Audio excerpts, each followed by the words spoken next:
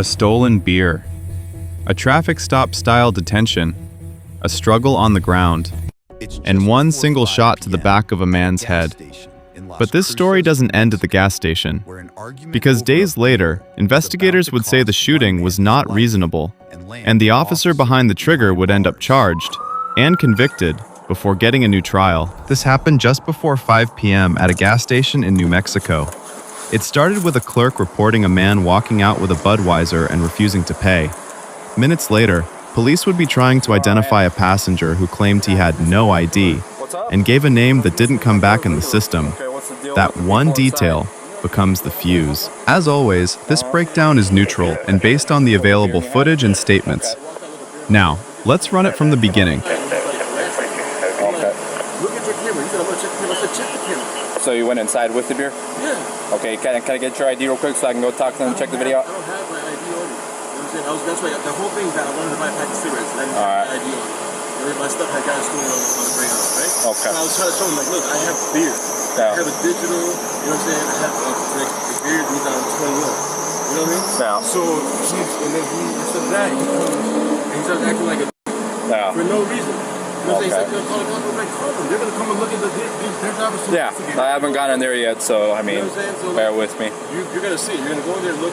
Where's the beer at right now?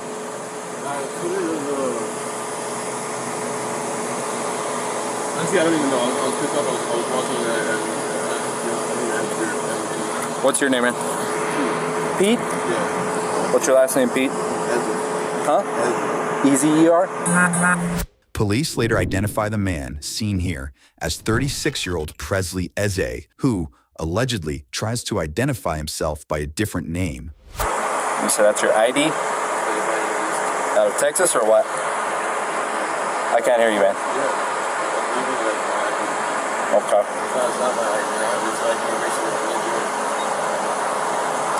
You have your driver's license, man? Let me get it real quick. In a form, I mean, if he's in the wrong, he's in the wrong. That's what I'm trying to figure out, okay?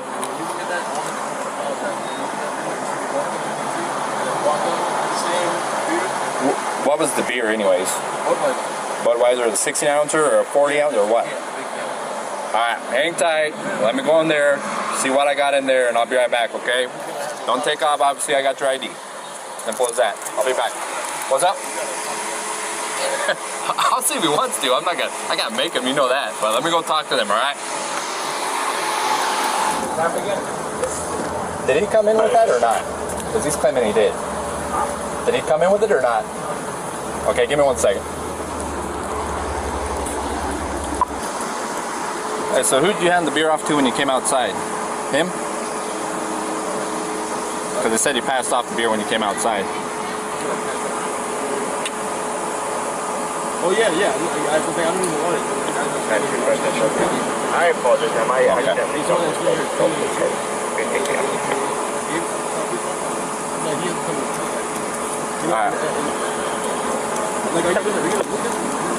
Yeah, as soon as I get somebody over here, I'm gonna go in there and check them out, alright? So hang tight, okay? The officer, identified as 39-year-old Brad Lunsford, heads back to his patrol car to check the man's information. When police said nothing came back on that name the passenger provided. What's up? Is it possible I can go buy cigarettes? Hang tight. Let me talk to them and get things figured out, okay? Where do you have an ID out of, Pete? Out of where? I can't hear you. Connecticut?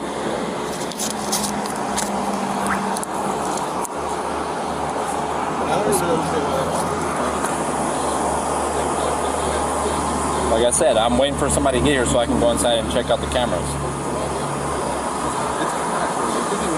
I understand that. I'm in the same boat. I'm standing outside my car, man.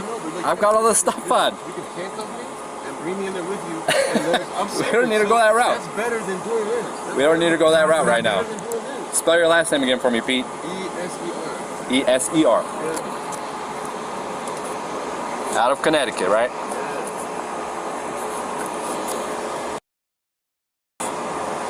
What year? Alright.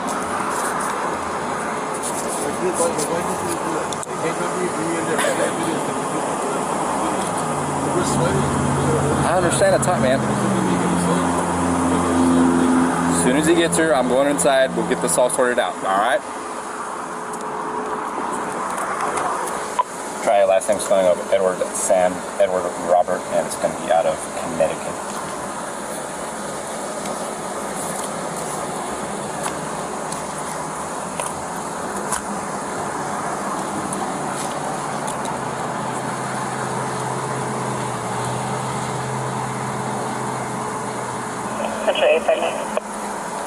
What? Yeah, it's still showing the record on file out of Connecticut with the Edward Sam, Edward Robert. Officer Lunsford runs the information again with the same result and waits for backup to arrive before confronting the suspect. Got a photo of train. Stopped at 31 front passenger. He's not coming back on file. Claiming he went in there with the beer and had it, and they were taking the beer. So I got to go inside and see whether or not they have any camera footage. I just poked my in real quick to ask if he came in with it. They said he did. So he's going to detain the passenger for now until I can constitute the ID and I've got the driver's ID. There's a guy in the back passenger right side. So.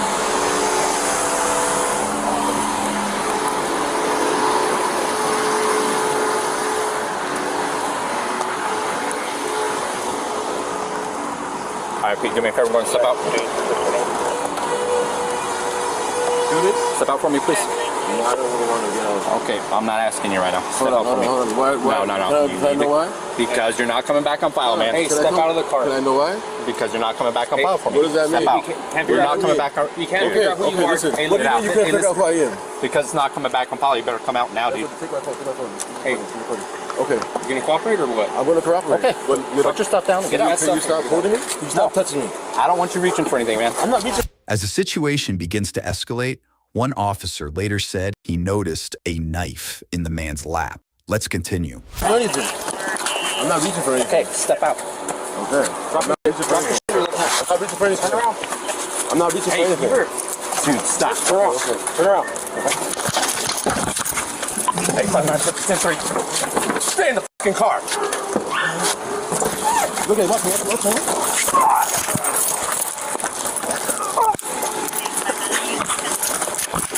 Stop it. As the three struggle on the ground, a gas station employee captures the altercation on his cell phone.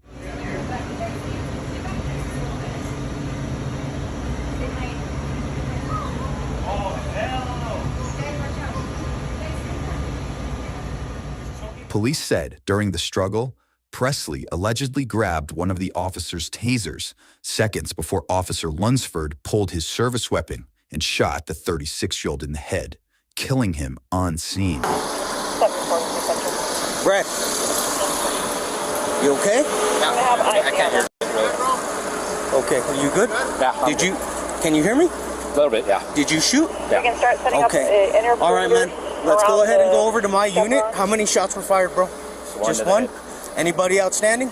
No, we've got the two that were inside the vehicle. We got passenger out to detain him because he wasn't coming back on file for the shoplifting. Okay, you don't need to tell me anything, man. You don't need to tell me anything. Just let's go to my unit. I'll stand by with you. Nobody else shot that you know of? Started staging here. Okay. That's my unit right there, man. You can stand by, you can sit down or whatever. Can you go check and make sure no one else shot? Because Brad's the only one who said he did. Okay. He said he fired once, that was it. You're gonna stay with him?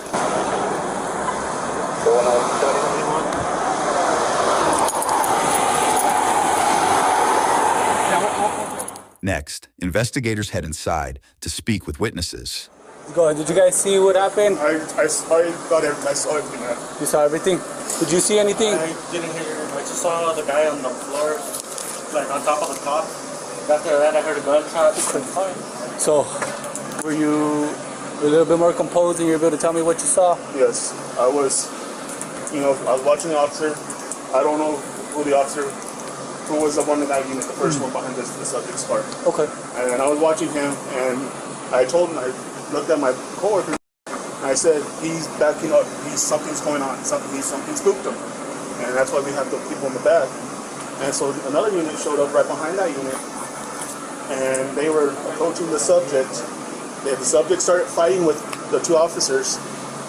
The male subject, the black subject, took him down, just wrestling, and I don't know if he was trying to go for the other officer's gun or he had him in a chokehold. The initial officer? Yes. So the subject was on top of the officer? Yes. And the other officer, I don't know if he was trying to go for the other officer's gun that he had in a chokehold or what, but the other officer pulled out his gun and he just shot him, and I was like, and that's what I saw. The officer and behind him? Yeah. So there was the officer on the ground, and then I think it was the bald-headed subject officer on the ground that was getting wrestled, and the other officer was trying to help him.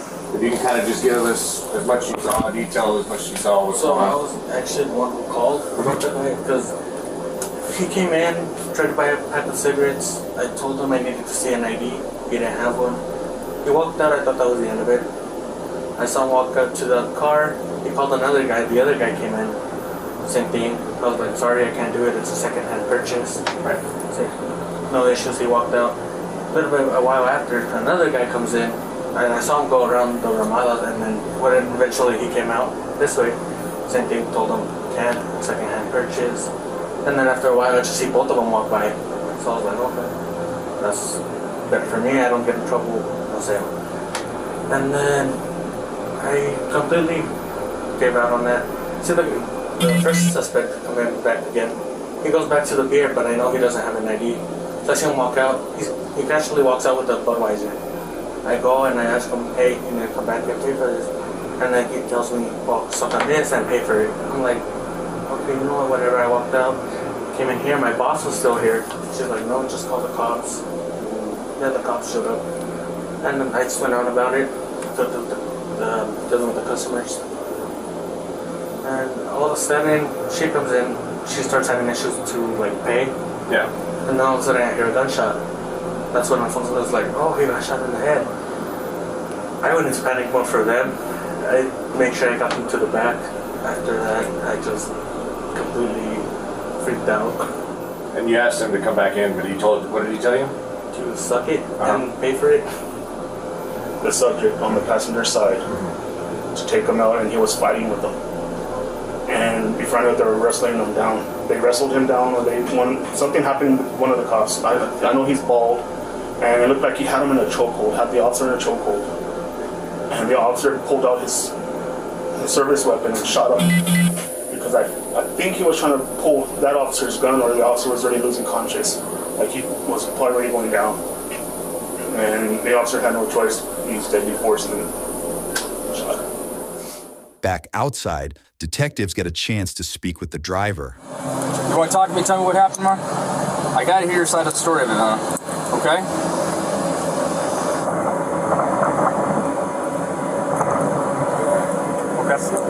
Okay, so we're going to start slow and just kind of back up how we got here, okay? So you said to me earlier that, remember I tried to ask you who this guy what his name was, and you said his name was Slim, right?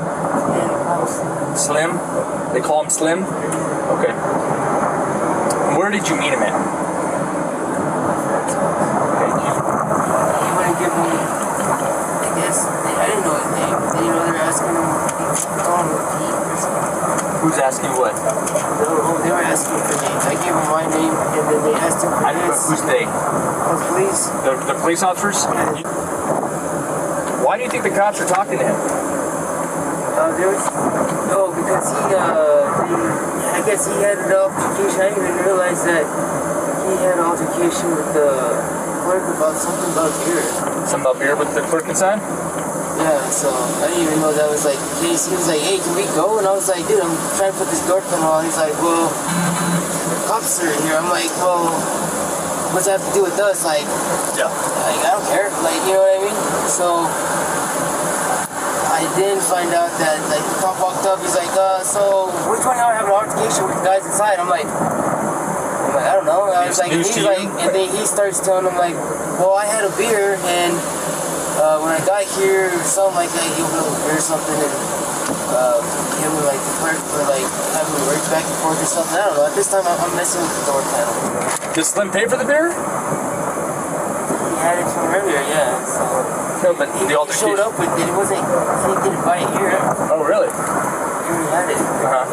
It's a 3-pack of like 16 beers. Drink Let's rewind to shortly after the incident, when another officer detains the backseat passenger. What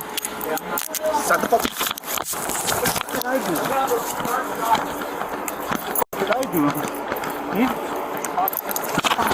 Stop! Are you gonna be stupid? I'm not stupid. What are you talking about?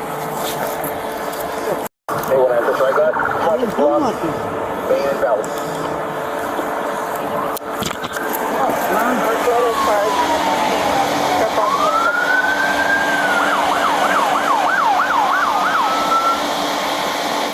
You keep pulling away, it's gonna make it so much worse. Now I'll put you on the floor, you keep acting up. I don't know whose unit this is. I don't got the keys for it. Hey bro, oh, no, you're good, you're good. Huh? Whoever this unit is, I'm not sure who it is. Because mine's unit's all down the street. Good man? Yes, sir. He's just acting up stupid. Yeah, mine's all the way in the street, dude. Or, no, I'll take him in the street, dude.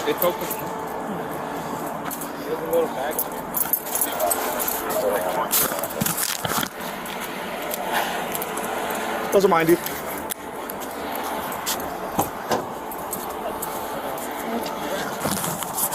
What are you on? What am I on? Yeah. Are you on those pills that are in your bag? No, man. Why were you acting stupid? Your friend just got shot and you're acting the way you were acting. No, honestly. Okay, so you come out with your hands down and not being cooperative. They were up. My hands were up. I swear, my hands were up.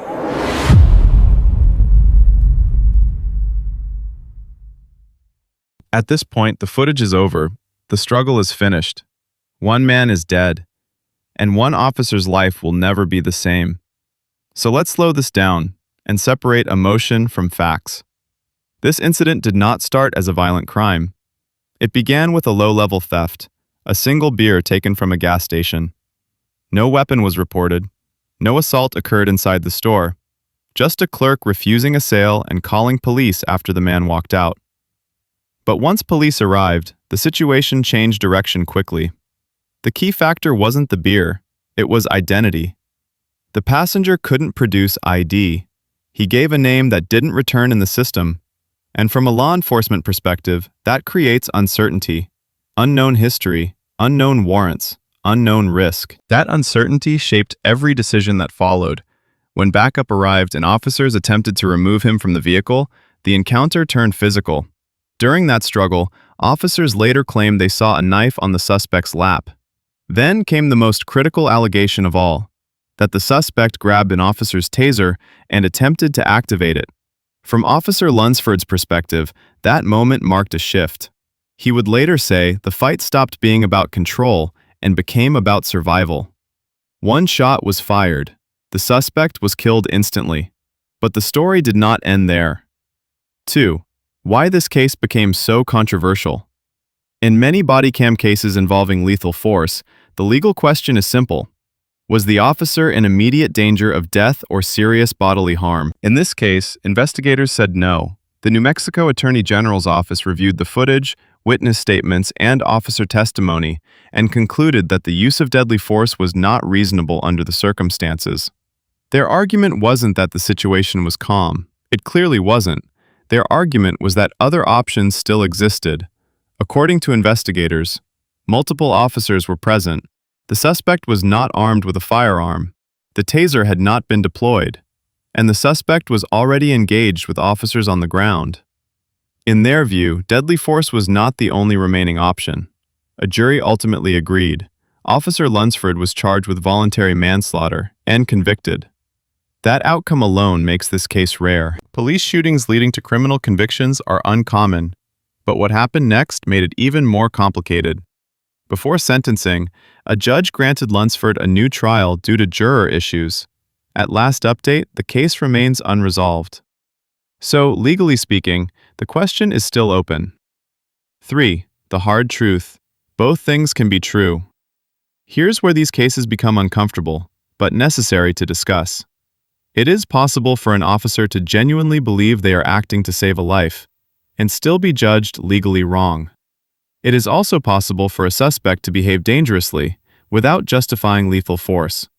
This case lives in that gray area. On the ground, in real time, Officer Lunsford saw a larger suspect, a fellow officer pinned underneath, a taser pulled from a duty belt, and a rapidly deteriorating situation. But the law does not judge fear alone. It judges reasonableness. Would a reasonable officer with the same training have believed there were no other options left? Investigators said no. The jury said no. And that's the dividing line. 4. Lessons for civilians watching this. There are several hard lessons here, especially for everyday people. First, never underestimate how quickly police encounters can escalate. What feels like just talking can turn physical in seconds once compliance breaks down.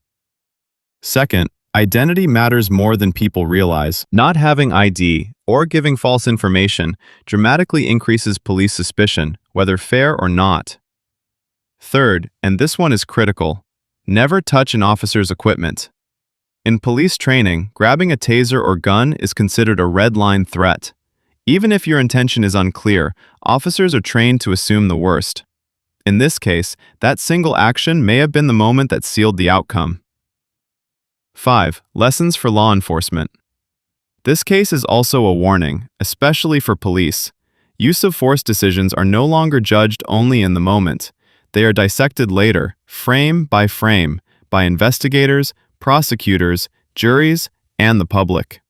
What feels like a split-second survival choice can become a years-long legal battle. Officers are expected to control emotion under extreme stress, apply proportional force, and constantly reassess whether lethal force is truly the last option. That standard is difficult, but it's the reality of modern policing. 6. The bigger picture. One man is dead over a beer that cost just a few dollars. Another man lost his career, his freedom, and now lives under the weight of a criminal conviction, even as he awaits a new trial. 2 lives changed forever. And that's why cases like this matter. Not because they offer easy answers, but because they force us to confront how thin the line is between routine policing and irreversible tragedy. Before you go, think about this. If the taser had never been grabbed, if the suspect had simply stepped out of the vehicle, if the officers had backed off for 30 more seconds, would anyone have died that day? Or was this outcome inevitable once control was lost? That question is exactly why this case is still debated and why it hasn't faded from public memory.